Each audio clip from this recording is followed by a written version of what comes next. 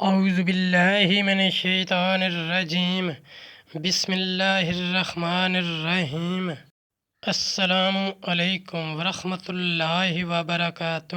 طالب علم ساتھیوں، اس سے پہلے والی ویڈیو میں ہم نے سورہ بقرہ کی آیت نمبر 250 251 کا ترجمہ اور تفسیر پڑھی۔ اس ویڈیو میں ہم سورہ بقرہ کی آیت نمبر 252 اور 253 کا عربی ترجمہ، تفسیر، شان نزول پڑھیں گے اور قرآن کی روشنی میں اہم دینی مسائل بھی سیکھیں گے۔ لنک میں نے اس ویڈیو کے ڈسکرپشن میں شیئر کر دیا ہے۔ فرمانے عالی شان ہے کہ علم حاصل کرنا ہر مسلمان مرد عورت پر فرض ہے۔ اے اللہ ہمارے علم میں اضافہ فرما، آمین۔ آیت نمبر 252۔ تلک آیات اللہ نتلوها علیک بالحق وانک لمن المرسلین۔ ترجمہ: یہ اللہ کی آیتیں ہیں کہ ہم اسے محبوب تم پر ٹھیک ٹھیک پڑھتے ہیں اور تم بے شک رسولوں میں ہو۔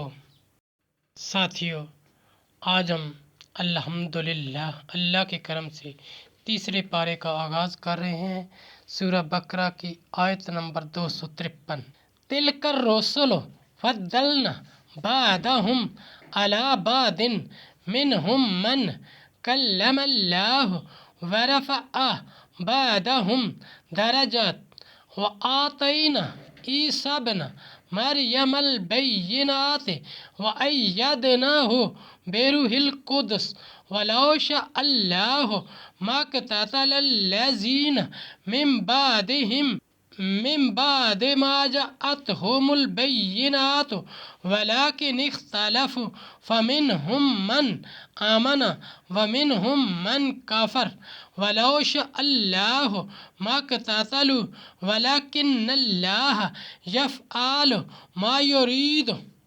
ترجمہ: یہ رسول ہیں کہ ہم نے ان میں ایک کو دوسرے پر افضل کیا اور ان میں کسی سے اللہ نے کلام فرمایا، اور کوئی وہ ہے جسے سب پر درجوں میں بلند کیا، اور ہم نے مریم کے بیٹے عیسیٰ کو کھلی نشانیاں دیں اور پاکیزہ روح سے اس کی مدد کی، اور اللہ چاہتا تو ان کے بعد والے آپس میں نہ لڑتے بعد اس کے کہ ان کے پاس کھلی نشانیاں آ چکیں، لیکن وہ مختلف ہو گئے۔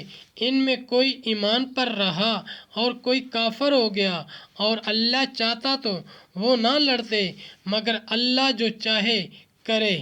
تفسیر: یہ حضرات جن کا ذکر ما سبق میں اور خاص آیت انک لمن المرسلین میں فرمایا گیا، اس سے معلوم ہوا کہ انبیاء علیہ السلام کے مراتب جداگانہ ہیں، بعض حضرات سے بعض افضل ہیں، اگرچہ نبوت میں کوئی تفرقہ نہیں، وصف نبوت میں سب شریک ہیں، مگر خصائص و کمالات میں درجے مختلف ہیں۔ یہی آیت کا مضمون ہے اور اسی پر تمام امت کا اجماع ہے۔ یعنی بے واسطہ حضرت موسیٰ علیہ السلام کو طور پر کلام سے مشرف فرمایا، اور سید انبیاء صلی اللہ علیہ وآلہ وسلم کو معراج میں وہ حضور پر نور سید الانبیاء محمد مصطفیٰ صلی اللہ علیہ وآلہ وسلم ہے کہ آپ کو بدرجات کثیرہ تمام انبیاء علیہ الصلاۃ والسلام پر افضل کیا۔ اس پر تمام امت کا اجماع ہے اور بکثرت احادیث سے ثابت ہے۔ آیت میں حضور کی اس رفعت و مرتبت کا بیان فرمایا گیا اور نام مبارک کی تصریح نہ کی گئی، اس سے بھی حضور اقدس صلی اللہ علیہ وآلہ وسلم کی اعلیٰ شان کا اظہار مقصود ہے کہ ذات والا کی یہ شان ہے کہ جب تمام انبیاء پر فضیلت کا بیان کیا جائے تو سوائے ذات اقدس کے یہ وصف کسی پر صادق نہ آئے اور کوئی اشتباہ راہ نہ پا سکے۔ حضور صلی اللہ علیہ وآلہ وسلم کے وہ خصائص و کمالات جن میں آپ تمام انبیاء پر فائق و افضل ہیں، اور آپ کا کوئی شریک نہیں۔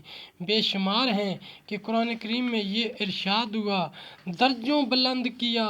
ان درجوں کی کوئی شمار قرآن کریم میں ذکر نہیں فرمائی گئی، تو اب کون حد لگا سکتا ہے؟ ان بے شمار خصائص میں سے بعض کا اجمالی و مختصر بیان یہ ہے کہ آپ کی رسالت عامہ ہے، تمام کائنات آپ کی امت ہے۔ اللہ تعالیٰ نے فرمایا، ارسلناک الا کافۃ للناس بشیرا ونذیر۔